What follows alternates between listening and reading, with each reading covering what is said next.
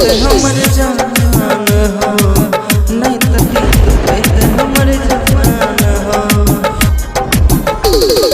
ऐ पानी तनी रुक जा, नहीं तो जैते हमर जान हो, नहीं तो जैते हमर जान हो।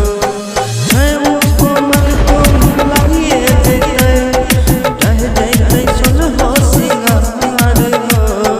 ऐ पानी तनी रुक जा, नहीं तो जैते हमर जान हो, नहीं तो जैते हमर जान हो।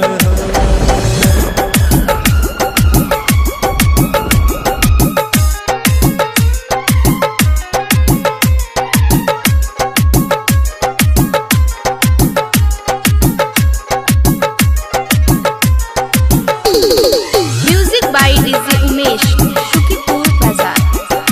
चांद के जैसन ओकर सूरत छै, लागे छै चांद चकोर हो। देखते रहे दिन भर हम सनम के, होबै नहीं कहियो भोर हो।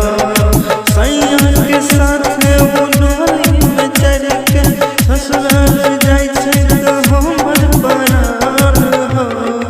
ऐ पानी तनी रुक जा, नहीं तो जैते हमर जान हो, नहीं तो जैते हमर जान हो।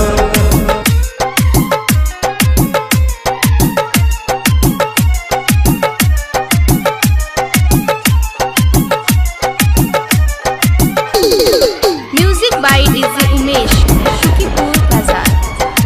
बचपन में साथ में खेललिए, अब होई गेल जवान हो। राइटर सुनील यमुना कहै छै, खुश रह भगवान हो। बिल्ला कुमार देख गेल बिसर गे, कर लेली किया ऐसन भूल गे। ऐ पानी तनी रुक जा, नहीं तो जैते हमर जान हो, नहीं तो जैते हमर जान हो। तनी का कष्ट करियो भाई।